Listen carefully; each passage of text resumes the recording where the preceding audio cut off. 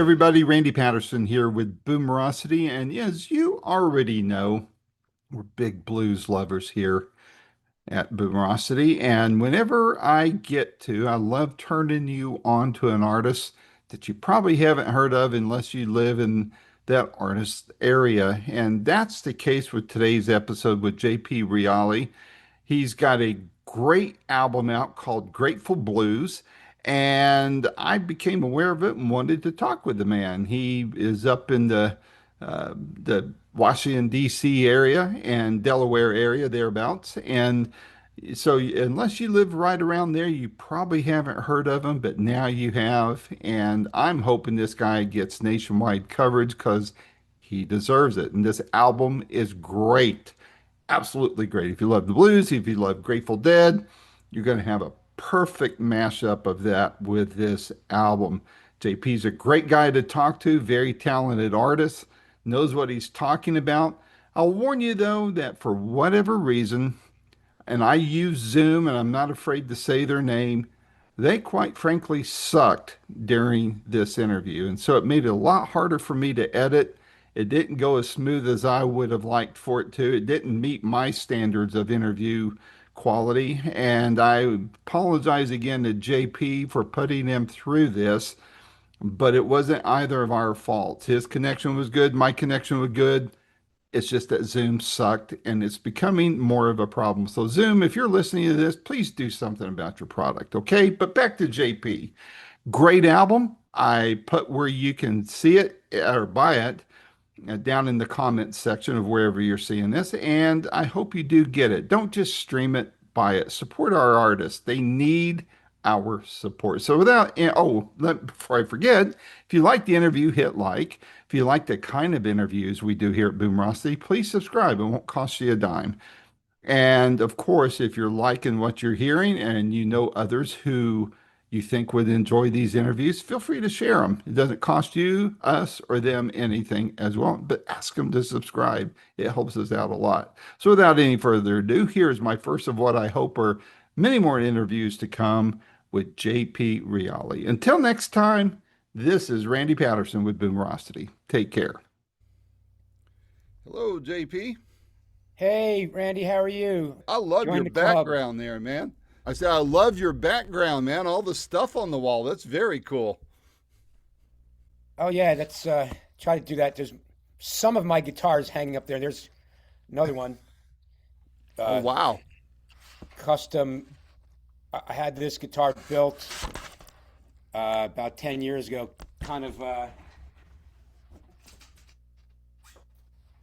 inspired by some of Garcia's guitars.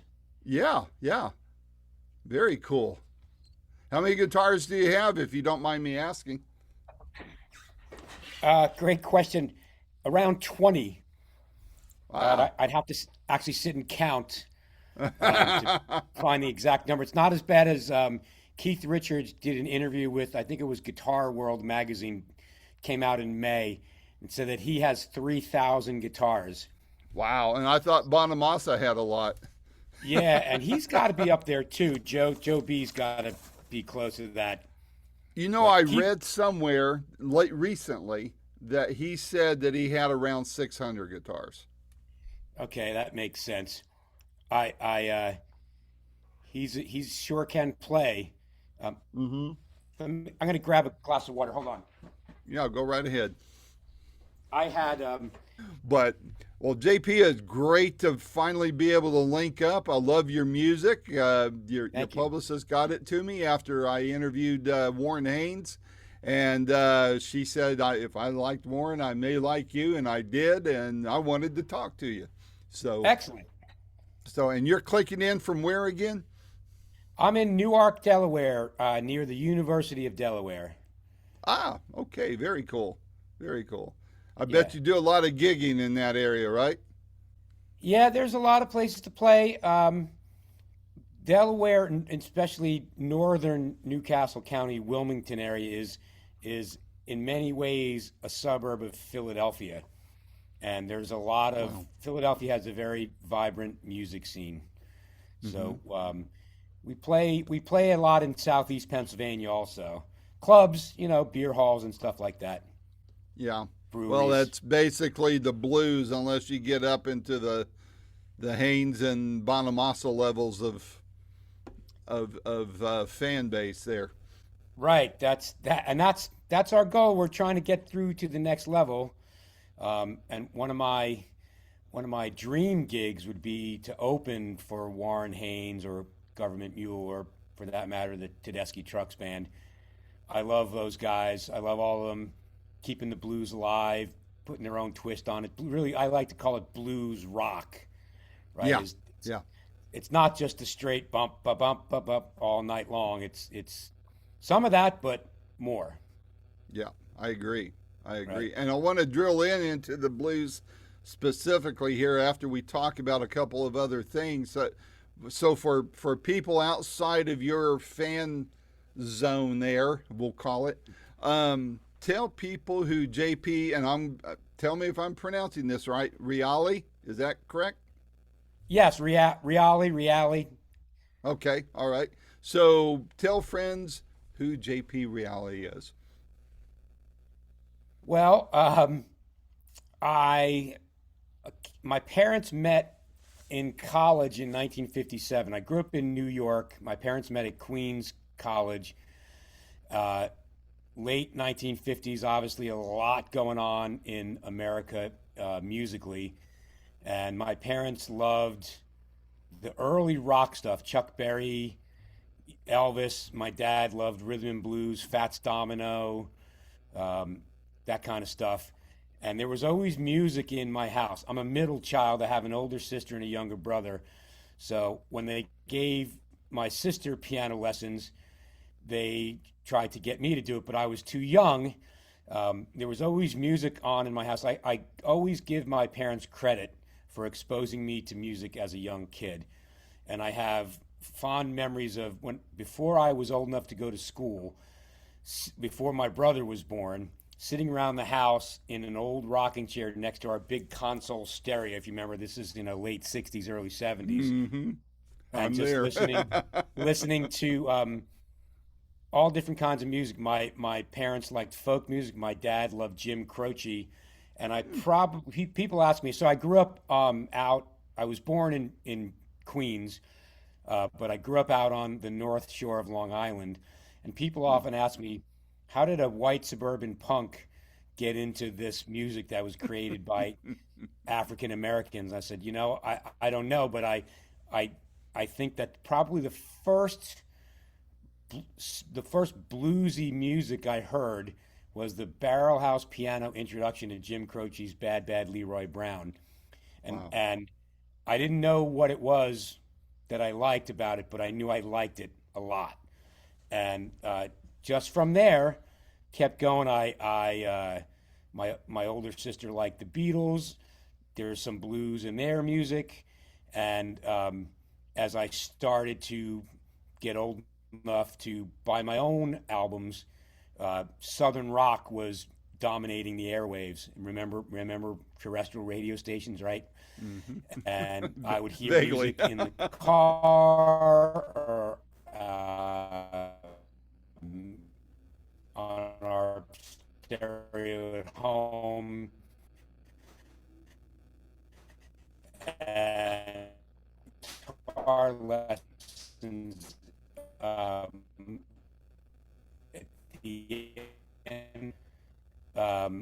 We had music class, and you froze up again on me. I don't know if I have frozen either. You have, but I can hear But you. they gave us guitar lessons, and the teacher wrote a note home and said, Anyway, I lost you when you said took piano or guitar lessons, and your guitar teacher was about to say something. "Yeah." So the music teacher in public school, North Shore Junior High, uh, sent a note home to my parents that said, "JP does excellent work on guitar. You should consider private lessons." And they listened. So my first guitar lesson was the last day of eighth grade, which for me was 1979, and I've been walking this path ever since. Wow. Wow. So you're a little bit younger than me. I actually probably I would say, well, I'm about to turn 67. So you mentioned some people like Jim Croce that your parents were involved in. Your upbringing was similar to mine. My mom sang in church, and she gave me all of her Elvis records that she grew up with, and Elvis was Yeah. my first concert. So, uh, Wow. yeah, in Phoenix, Arizona. That's where I grew up, but I'm here in Smoky Mountains now. But yeah, and my first interview, I say that's where my first interview took place with the Colonel. I got to the concert 2 hours early, got to bump into him, and my last question to him was, "Can I go back and meet Elvis?" He goes, "No," and he turned around and walked away. So I was like, I was like 13 or 14 years old. So When was that on the 72 tour that he did? 73. It was Okay. not just a few months after the Aloha from Hawaii special. It was Okay. at Veterans Memorial Coliseum on Easter Sunday, which was a miracle that I even got to go because Mom had us in church every Oh time the yeah. doors were open. So that Yeah. was that was I all grew up fortuitous. across the street from the church we went to, and you froze up again on me. Dang it. Golly. And I can kind of had hear the you. same thing. You better be bleeding out of your eyeballs, otherwise you're going to church. Yeah.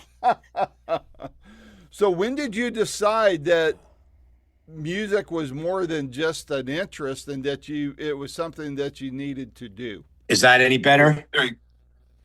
We'll find out soon enough. Okay. If nothing else, we're determined, right?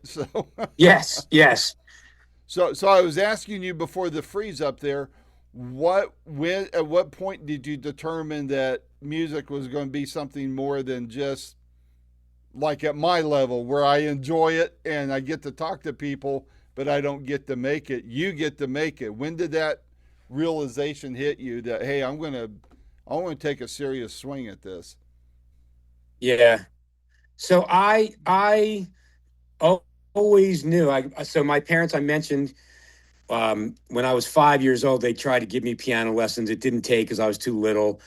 I always knew that I wanted to do something with music. I wanted music to be the main part of my life. And I went to high school. Um, didn't I took lessons. I took private lessons all through high school. I didn't join any of the high school bands. We had a marching band, we had a jazz band, we had a concert band, but I knew that I did not want to go to college to just study business or something like that. I knew what I wanted to do was do something in music, and I applied to Berklee College of Music, and I got in, but I chose not to go because I didn't like Boston. And I heard about a program from a friend of my sister's at American University in Washington, D.C. It was an audio technology program. And my parents were determined that I was going to go to college. And in fact, I had my senior year in high school, I had two guitar teachers. I had a guy that came to my house every week. And then I found a jazz guy that I went to every couple of weeks. And he tried to convince me not to go to college and to stay and study guitar with him. And he said, "You could be a great jazz guitar player. I'll give you my wedding band job. You can make money on the weekends. You can move out of your parents' house." And I said, "No, I want to go to college. I want to drink beer and chase women and and also chase the Grateful Dead." And so I heard about this audio technology program and I said, "Oh, yeah, that's what I want to do." And of course, I brought a guitar my freshman year. And during freshman orientation week, I met Jim Larson, who is, we have been friends ever since. And we eventually became roommates. And when we came back for our sophomore year, we started a band. He was also an audio technology major. So we were both, and he was just like me, um, played the drums. He pretty much plays everything. And all through high school, studied music, played drums, played in a couple bands in high school. I did the same thing. I played in a band in high school. And I knew that's what I wanted to do. I was hoping that I would be able to make money at it. And so I'm very fond of the fact, I'm very proud of the fact that when I was 18, I had enough sense to think, well, I'll go to college to learn how to be a sound engineer in case being a rock star doesn't work out. And um, I've actually had quite a bit of success. I just haven't had the fame and recognition that I have been hoping for yet. Yeah, So right. Well, and that's what. I think in blues, everywhere else it seems like there seems to be a glass ceiling on age for musicians to really break out. But I think with blues, I'm convinced beyond all doubt that a gentleman, anybody, I mean, you're younger than I am, but I think if all of a sudden I saw that I had blues talent, I think there's a chance that, if I followed the routes that you're supposed to do in this business, there would be a chance that I can make it. But I don't have that problem. Yeah. I get to talk to those people that do, and so here we are. So, but Yeah. was there an album that changed your life that was just like after everything you listen to this, and the light beam comes down and you hear angels singing from on high, and you thought, wow, boom, this is where I'm going. Yes, it was the Allman Brothers live at Fillmore East, which I Mm-hmm. also heard in 1979. And I don't know if you read the liner notes of Grateful Blues, but it starts off with three pivotal things happened to me in the summer of '79. I smoked marijuana for the first time.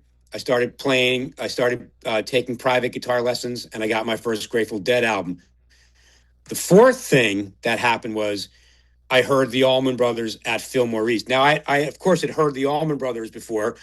It was hard not to hear the Allman Brothers on FM radio in the mid and late '70s, but I had never heard that album. And it was a friend of mine who also was the guy that shared my first joint with me, had that album, and he lent it to me. And I heard the opening notes of Statesboro Blues with Dwayne Allman playing that slide guitar. And I said, oh man, I got to learn how to do that.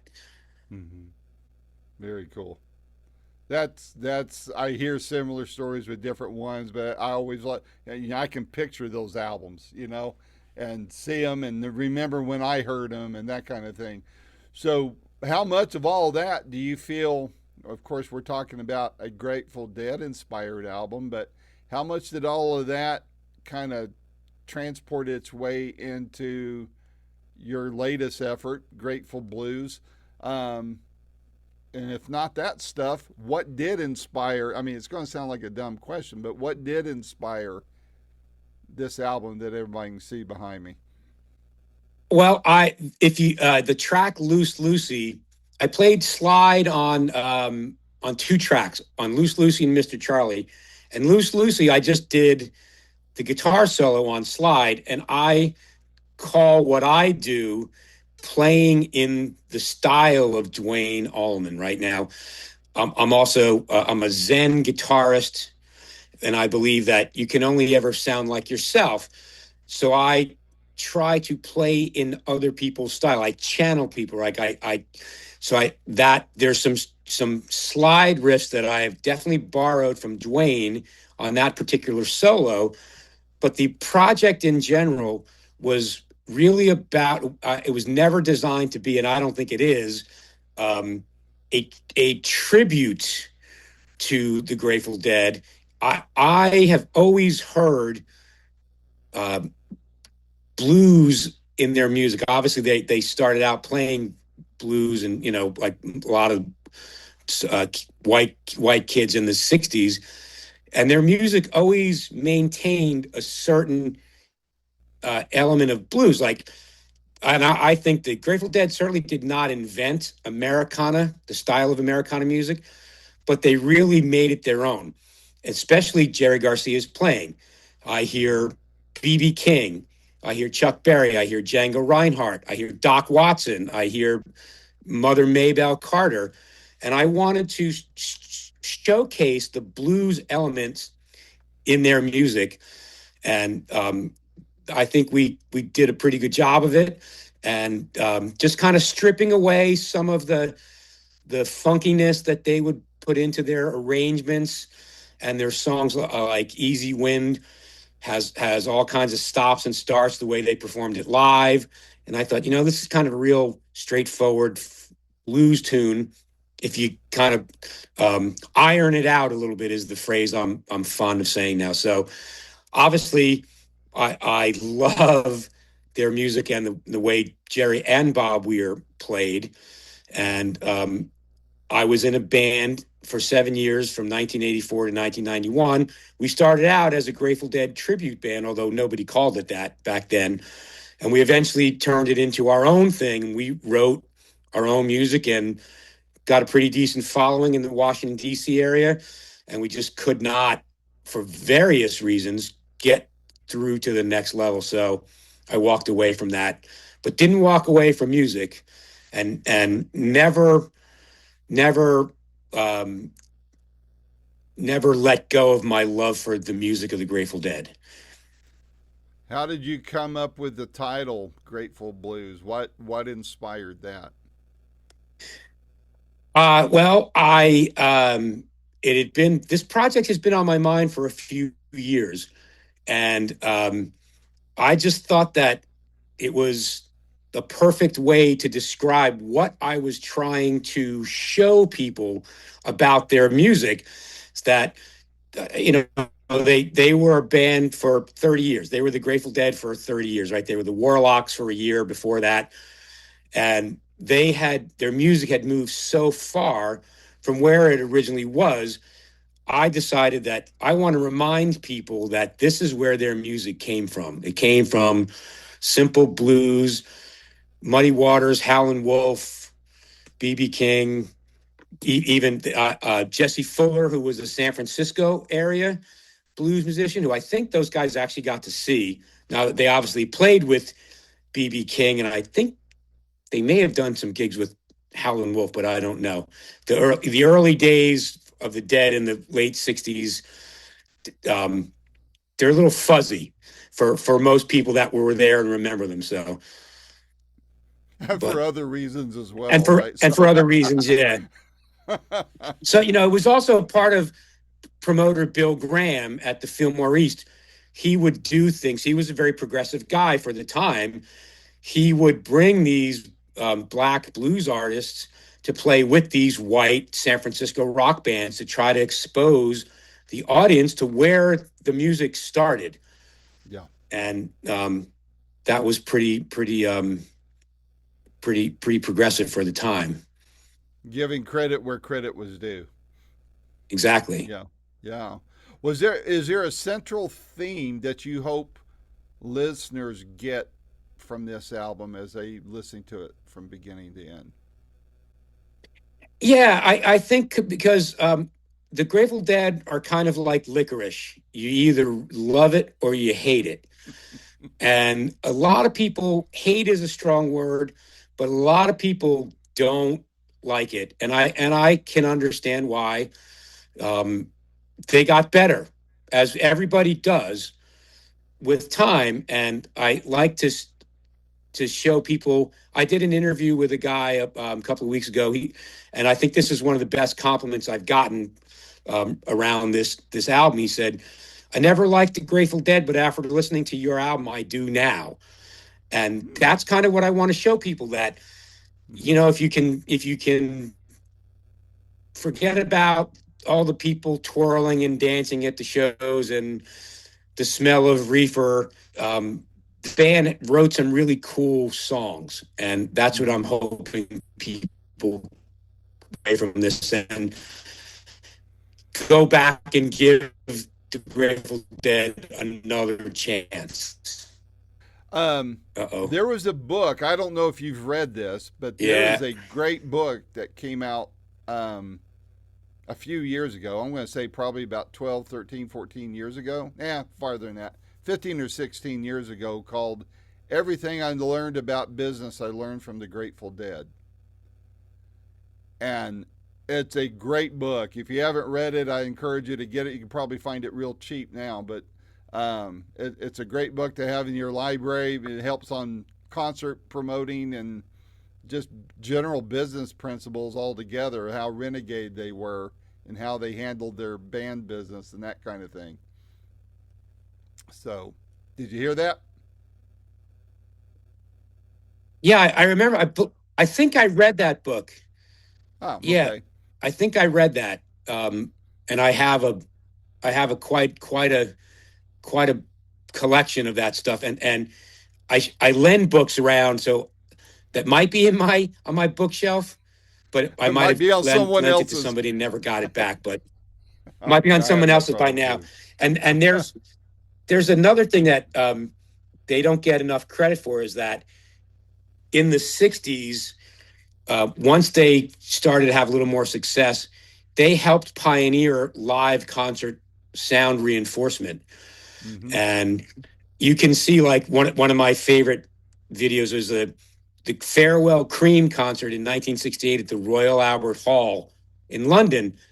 They're using a Shure Vocal Master sound system that they had, two vocal mics, and they had two like 6 foot speaker columns on either side of the stage, and that's what state of the art concert sound reinforcement was. And there you have Eric Clapton and Jack Bruce using two Marshall stacks, right? A Marshall stack is 8 12-inch speakers powered by a 100-watt head. So you've got both of those guys with 16 12-inch speakers, and they're using a really, really low budget, state of the art at the time, but small sound system. And the Grateful Dead, in conjunction with the guys that would go on to start Alembic, the company Alembic, really pioneered live sound reinforcement. Wow. Yeah, you're right. They don't get that kind of credit, and they should. Did this album come together quickly, or was it a long process for you? No, it came together pretty quick. It started out as a full length album. We had about 15 songs we were going to do, and I was originally going to record it this summer. Um, and my 2019 album, A Highway Cruise, I did up in Boston with some very good friends of mine, and a very nice studio in Middleville, Massachusetts. And I was going to go back there and use all the same guys. And I started the process. These are all professional musicians, and some of them play with A-list musicians. And so it's kind of thing you have to plan at least a year out. And I started the planning a year ago, and I reached out to the studio owner, and he said, "No, I've decided I'm going to retire." He is now, Mm. I think he's 68, and he decided he was moving. He and his wife were moving, and he was going to retire and sell all his equipment. So that threw a monkey wrench into the plans. So we pivoted. We decided to do it essentially here in Delaware. We found a studio in South Philly. I've been playing with some local musicians here, and another thing happened last fall. Luther Dickinson came out with his album called Dead Blues. I read about that and my heart sank. I said, "Oh no, somebody has taken my idea." But then I listened to his album, and all his album is all the old blues songs the Dead used to cover. So there's no original Grateful Dead songs, I don't think. I don't remember. I listened to it a long time ago. But that inspired me. I said, okay, we need to get on this sooner than later. So we were able to make it all happen um, in January of this year. And so it all came together from there. Very good. Very good. What song would you point to, as Chris Stamey said from the DBs? I used to say the calling card of an album, but he calls it the gateway drug. So, what song would you point to on this album as the gateway drug to get people hooked onto the rest of it? Well, I think that so the intent was to not replicate the versions that the Grateful Dead played. But I think two songs stand out to me. And the first one is the first single, I Need a Miracle. I did the same thing. I kind of ironed that one out, and I turned it into a Texas shuffle. And I've gotten a lot of compliments. People like, "Hey, that's a really cool version." And the other one is West LA Fade Away, which when they started playing that one, and that was one of the new songs that I saw I saw them debut new in 1982 is when I started getting to their concerts was in 1982. And I heard that and said, oh, yeah, that sounds very BB King inspired. And I wanted to kind of bring that back. And I did the same thing. I cut a couple of sections out of the song. Like they repeat the chorus during this guitar solo. And I just wanted to make it more about a nice string bendy, bluesy guitar solo. And I think that's another one that you can hear that one and go, oh, this is a really cool song. Let me go back and listen to the Dead's version. And that our version of West LA Fadeaway is the song that is closest to a Grateful Dead version. The other stuff um, is intentionally different than the way the Grateful Dead played each one of those songs. Gotcha. What what do you think why do you think the blues still resonates with people today? And in my opinion, it's always kind of had phases of popularity, but over the last say 15 years or so, it seems like it's become much more, for lack of a better word, institutionalized. It's much more stable. There's a more stable network now where blues artists can actually make an okay living at it, as they go up through the tiers. Why do you think it still resonates after all these decades? Well, I think the blues is a universal feeling, and everybody gets the blues at some point, regardless of what stage you are in your life. But I also think if you look at what made this music popular 60 years ago, right? The Beatles and the Rolling Stones, 1962, everybody that follows after them, it's that generation, right? The baby boomer generation. I'm surprised. I'm surprised to find out. Maybe I shouldn't be so surprised. Growing up listening to the music my parents listened to, I have found that a lot of children of baby boomers like those bands from the '60s because that's music that they heard as kids growing up around their house because their parents were playing the Beatles, the Stones, Clapton, the Who, Grateful Dead, Jimi Hendrix, Santana, all that great stuff that started in the late '60s. So I think that music still resonates for people, and I can say, having been performing live, I think I did my first gig in 1980, my first public gig for whatever that is, 46 years. Um, the audience has obviously aged, but I'm surprised to find young people coming to our gigs, like people in their 20s and 30s, right? That Mm-hmm. I'm old enough to be their father, and I think it's great. And I just the other day met John Tavius Willis, um, blues artist. He's been nominated for a Grammy. He's won a couple of blues music awards. I don't think he's 30 years old yet. And I said, "Hey, nice to meet you. I dig your music, but I said thank you for continuing to play the blues because not a lot of young people want to get into playing this music for various reasons, right? And in this world with this social media and this instant gratification, and people don't often want to take the time to discover new music. So And I'm it always takes talent too. it takes talent too, and I'm not trying to knock anybody, but I grew up playing soccer, so I watched the World Cup, and of course we had the first ever World Cup finals halftime show, and I watched it, and it was, it's all about a spectacle. It has nothing to do with the music because they're all lip syncing because it's very hard to play in a stadium and hear yourself. And I watched the opening and I walked away to go get something to eat because this is, it's all about good looking women and men up there shaking their booties. And just like the NFL halftime show this past Mm-hmm. year with Bad Bunny, got nothing against him, but I was kind of like, what happened to the music, right? It's Yeah. about the whole thing. what he's wearing, how he's dancing, who's dancing with him, what they're wearing. And I actually preferred the NFL halftime shows when they have, like I remember, like you mentioned, you interviewed Billy Gibbons.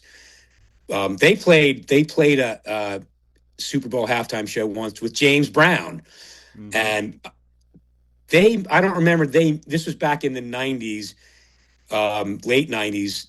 They probably lip sync too because I was at the Superdome, but at least like they're up there playing their instruments and they weren't jumping around in scantily clad outfits, showing their bodies off. Right.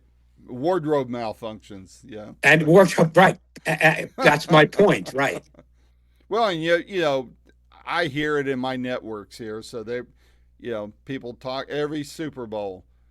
Best Super Bowl halftime show was, and you hear the Stones, Prince, Michael Jackson, you know, on and on backwards like that. And I happen to agree, but maybe it's because I'm about to turn 67. But I agree with you, and I hope that the younger generations, which is part of the reason why I do what I do, is so we can kind of pass along.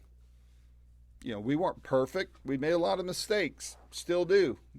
What you've been at this a while. You said 46 years now, and you also said earlier that you've enjoyed some success. You Yes. said, and you've been at this for 46 years, and you're ready for the next level. And I think you're more than ready for it. Up to this point, when you look back over your career, what accomplishment makes you smile the most? Well, um, I've played a lot of gigs, um, but one of the things that I'm really proud of is that I won. I lived in Washington D.C. for 36 years, moved here during COVID, retired from my day job, and but while I was in D.C., I won the D.C. Blues Society Battle of the Bands 3 times in the solo category, because for a long time I gave up playing electric, basically from about 1995 till 2019, and I just played solo acoustic because that's my I started playing guitar as an acoustic guitarist and eventually got an electric guitar and went into that whole lead guitar, um, took that path because it's kind of funny. I first wanted to be Eric Clapton, then I wanted to be Dwayne Allman, then I wanted to be Jerry Garcia. And so I went to the International Blues Challenge 3 times, which is down in Memphis, and I represented the nation's capital 3 times. And so I'm proud of that. In fact, I only ever competed 3 times, and I can honestly say I never lost. And I got to compete with hundreds of other musicians from all over the world, and that was always really fun. It's a long shot winning that for a multitude of reasons, and I always approach that as it's a convention. And I went down there and I met all kinds of great musicians and DJs and all kinds of different people in the music industry, specifically in the blues music industry. So that's really a nice star in my crown, is 3 time champion of the Battle of the Bands in the nation's capital blues society. What advice would today's JP give to the younger version of yourself 46 years ago? I would say stay on the path. You made some good choices for us when I was 17, when I decided to go to American University. And I believe everything happens for a reason. And I think I was meant to go to Washington to connect with my great friend, Jim Larson. And that started this lifelong pursuit of playing music, recording music, making money, making a living playing music. And that was a great decision. Like I said earlier, the phrase I'm fond of, I said, I'm going to go to college to be a sound guy in case being a rock star doesn't work out. That was a really good decision. If someone discovers your music 50 years from now, after we're both gone, what do you hope they learn about you? I hope they can say, well, JP was a good guitar player, and he really showed me that there is more to the Grateful Dead than I thought. That goes specifically to people, which there are many of, who don't take the Grateful Dead seriously. So I'd like to see people go, wow, that album was really cool. I'm going to go back and give the Grateful Dead another chance.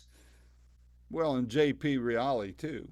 Well, They've yeah, and me combined too, those of two. course. Yeah, right, What right. this is just kind of a gee whiz song, and it does, out of everybody you listen to, what one song have you never got tired of of hearing? No matter on the radio, your own collection, whatever. What's the song you never get tired of hearing?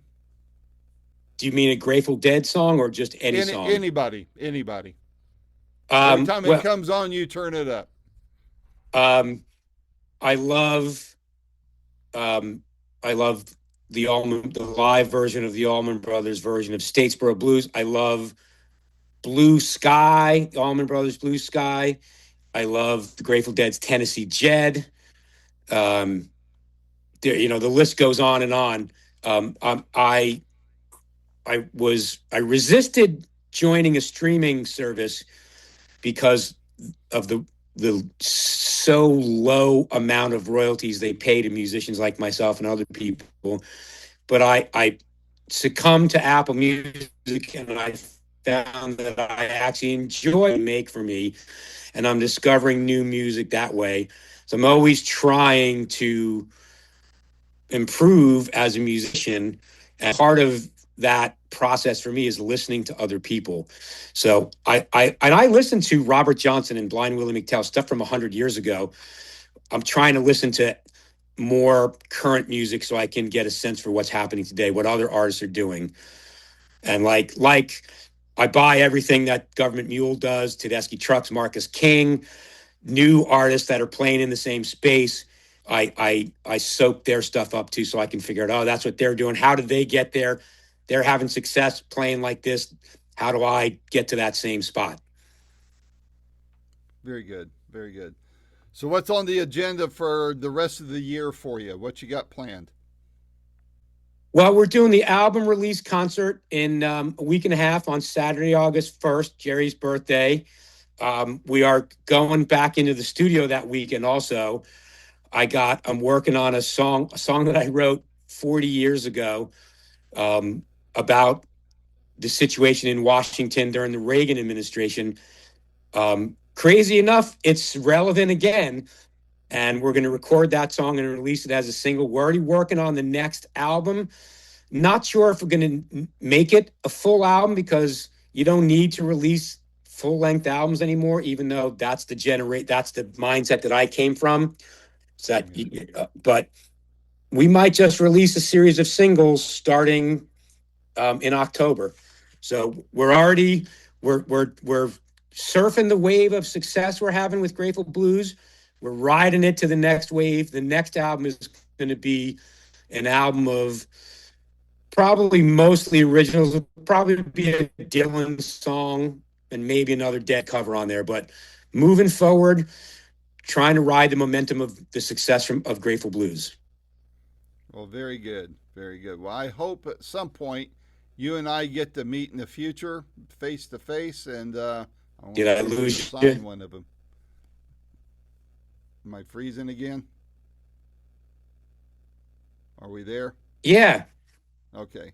Yeah, I just hope we can meet in the yeah. future because I really love your stuff, and I want to be able to meet you in person and see you a bunch of times. So we'll we're just going to believe that's going to happen. And if I make it up to your neck of the woods, I'm definitely going to look you up and see where you're gigging, and we'll just drop in and see you. That would be great. And I think you said, you broke up. I'd be happy to sign a CD and send it to you if you get me your address. Oh, okay. All righty. I'll do that. I tell you what, I don't want you putting your email address out on the ether, so I'll give you mine. Mine's out there, and I get approached all the time. So my email address is very simple, Okay, great. I will and send it I out once we get off this call. yeah I've got I've got a lot of editing to do with this interview, which I normally don't have to do. So it'll probably be a couple weeks before I post it. Probably around the Yeah, time to do a sorry for that. release party. Well, it's not your. I think it's a Zoom problem. I really do because it's acting like it's never done before. And I know my computer's good, Oh, and I I don't lost you. think my net. Oh, all right. Well, listen, man. We'll wait again here for a moment. All right, are you there? All right, good. Well, listen, we will circle back at some point, and I'll let you know when this interview posts. And I sure appreciate your time, man. And I love your work. Keep up the good work, and I look forward to seeing more great things from you, my friend. Thank you so much, Randy. I really appreciate your time, and thank you for taking the time to talk with me. You know, likewise. I apologize for all the technical crap. So, all right, take care, my friend. We'll talk soon. No problems. No problem. Thank you. You too. Bye-bye.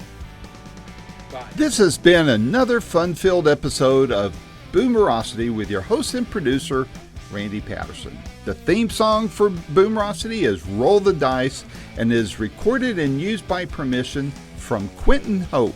Quentin is spelled Quinten, and Hope is Hop as in Paul, E. And you can find out more about Quentin Hope and his music at quintenhope.com. Post-production is done by Cardinal Sins Productions. The Boomerocity name, logo, and content is copyright protected. Segments may only be used with written permission by Boomerocity and or its assignees. Inquiries should be directed to input@boomerocity.com. Copyright 2026.